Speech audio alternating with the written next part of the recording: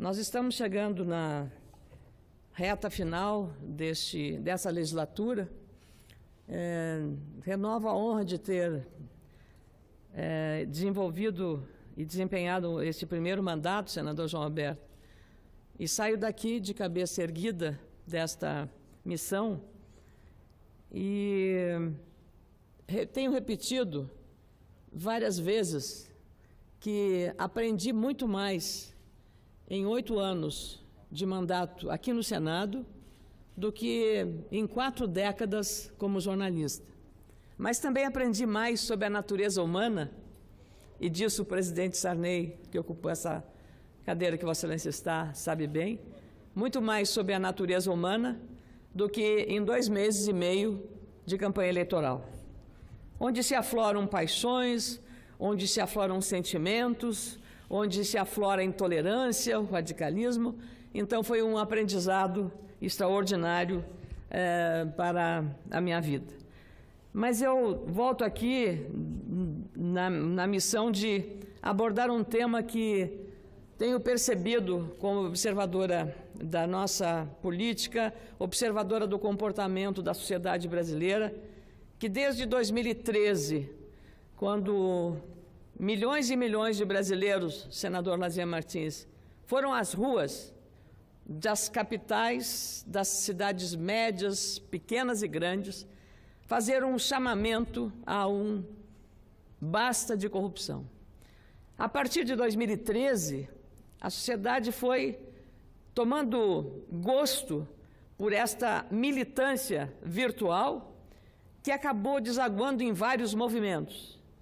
Posteriormente a esta campanha, que mobilizou de uma maneira extraordinária e surpreendente, também o apoio a iniciativas como a Operação Lava Jato, que mostraram que era possível, sim, o país sair da letargia de um estímulo à impunidade pela não penalização de culpados na área do setor público e político por crimes de corrupção passiva, corrupção ativa, formação de quadrilha e, eu vou lhe dizer, de uma série enorme de crimes cometidos que lesaram e que fizeram escorrer pelo ralo dinheiro precioso que faltou para a segurança, que faltou para a saúde, dinheiro que faltou para a educação.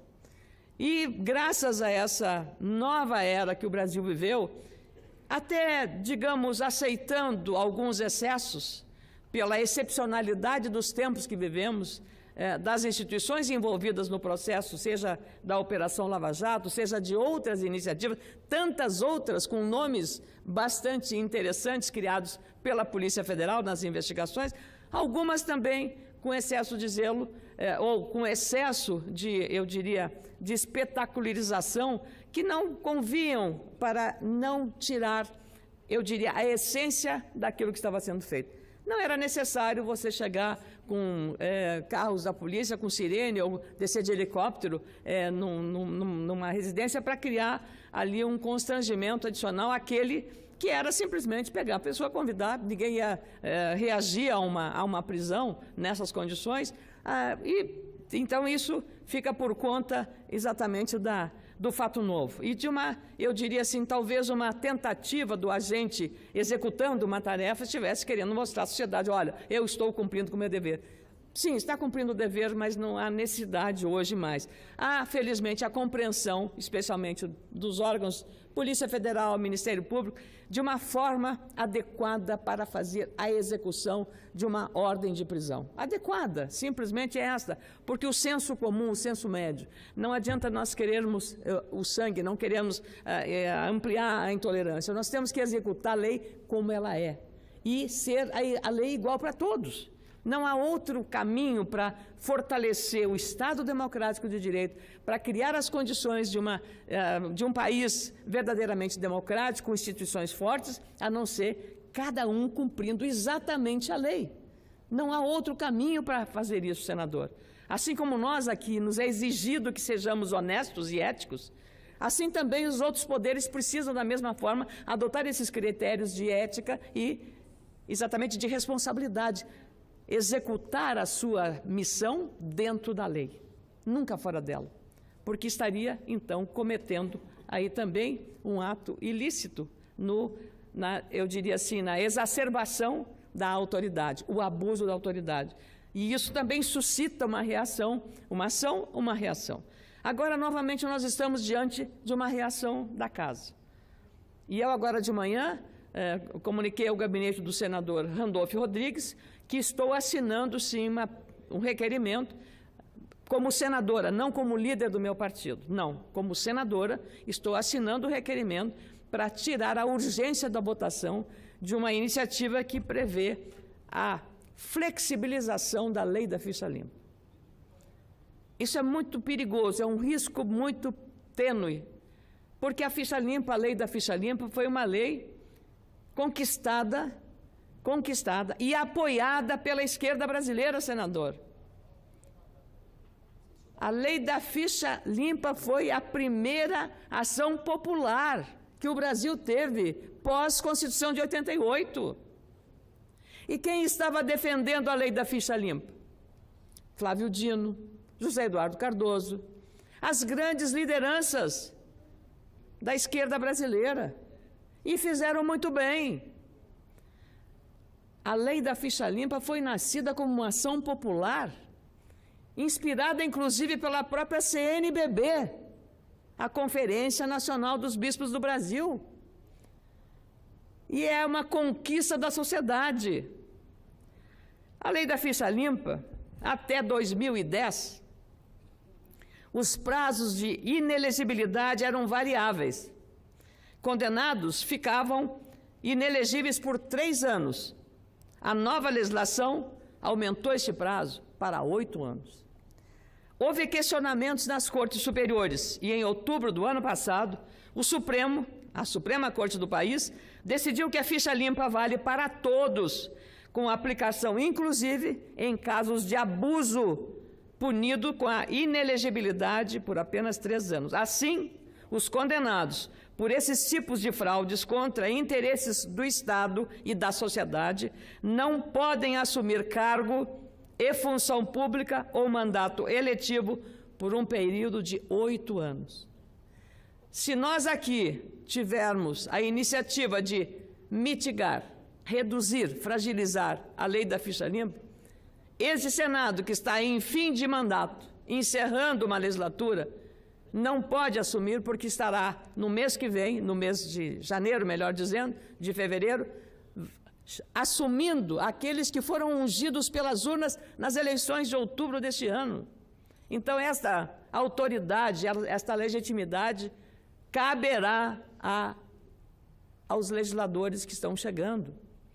Então, eu assinei para retirar a urgência desta matéria, senador Lazier Martins, e Vossa Excelência, que, diferente de mim, é um advogado que conhece a lei.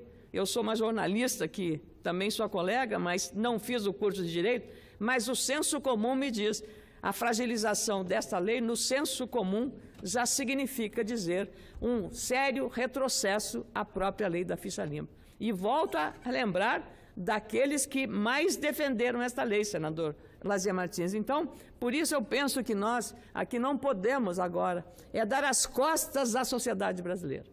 Dar as costas à sociedade brasileira, apoiando ou votando a toque de caixa, essa matéria. Em bom tempo, ou em senso de oportunidade e também de habilidade política, o senador Eunício Oliveira declara que, se houver requerimento para retirada da urgência, claro, ele vai seguir aquilo que a maioria desejar, isso dependendo de acordo das lideranças. Por isso, de novo, estou falando aqui como senadora, não ocupando nenhum posto de liderança do partido que eu tenho a honra de representar nesta casa. Então, de novo, manifestei ao senador Randolfo Rodrigues o desejo de participar das assinaturas de senadores que estarão pedindo, através desse requerimento do senador Randolfo Rodrigues, exatamente a retirada da urgência de uma matéria com este grau de relevância. E eu penso que dessa forma, senador, nós vamos corresponder, porque o que as urnas deste ano disseram? Basta de corrupção. Qual era, se você fizesse, foi feita, o Datafolha fez uma pesquisa enorme no Brasil inteiro. Qual é a qualidade essencial para um presidente da República? Senador Lazier Martins, sabe qual foi? mais de 80%. Sabe qual foi a resposta? Honestidade, senador. Honestidade é um valor, um princípio que todos temos que ter. Eu pensaria que a qualidade seria um preparo intelectual, a capacidade de articulação política, a capacidade de gestão, a qualidade da escolha de uma equipe boa para compor o governo. Essas qualidades que estão inerentes a uma formação de um candidato. Honestidade. Esse é o grau que determina o quanto a sociedade tem nesse valor, ética e responsabilidade, uma segura prioridade. Não dá para abrir mão desses valores. Não é possível abrir mão de um valor expresso por ética, por responsabilidade em relação, sobretudo, à gestão do dinheiro público. Então, se esse valor tem um peso tão significativo para a sociedade brasileira, como é que este Senado, que está terminando o mandato agora, e que teve nas urnas uma renovação de 85%, senador, 85%, talvez uma das renovações mais extraordinárias na história do Senado Federal, pelo menos pós-Constituição de 88, que está fazendo 30 anos. Então, nós não podemos dar as costas aos eleitores, tentando reduzir a força da lei da ficha limpa. Uma lei, aliás, que veio introduzida e reforçada enormemente pela chamada Operação Lava Jato, que mostrou ao mundo que o Brasil era, assim, capaz de combater a corrupção, combater a impunidade e também não olhar a quem. A lei vale para todos. Então, imaginar que o ex-presidente da Câmara dos Deputados, poderoso presidente da Câmara dos Deputados, está preso por conta da lei da ficha limpa, é um ganho da sociedade, é um ganho da sociedade. Um ex-governador de um estado como o Rio de Janeiro, preso, poderoso, nem falo no ex-presidente da República. Isso não é pouca coisa em matéria de avanço institucional do país. Nós precisamos trazer essa questão na essência do que ela representa como valor para a sociedade. Então, trago hoje aqui, senador, teria outros assuntos tão relevantes para tratar aqui, mas eu acho que esta matéria merece de todos nós uma atenção muito expressiva, muito grande, do ponto de vista do que ela representa para a consolidação, para a reafirmação da relevância que é a lei da ficha limpa. E volto aqui a repetir, uma lei nascida como ação popular, a primeira prevista como dispositivo legal, como poder da sociedade para tomar iniciativa legislativa e que obteve milhões e milhões de assinaturas, milhares e milhares de assinaturas para se consolidar e como uma lei nascida no seio da sociedade. E que lei esta, da ficha limpa, teve como principais defensores os partidos de esquerda. Mérito.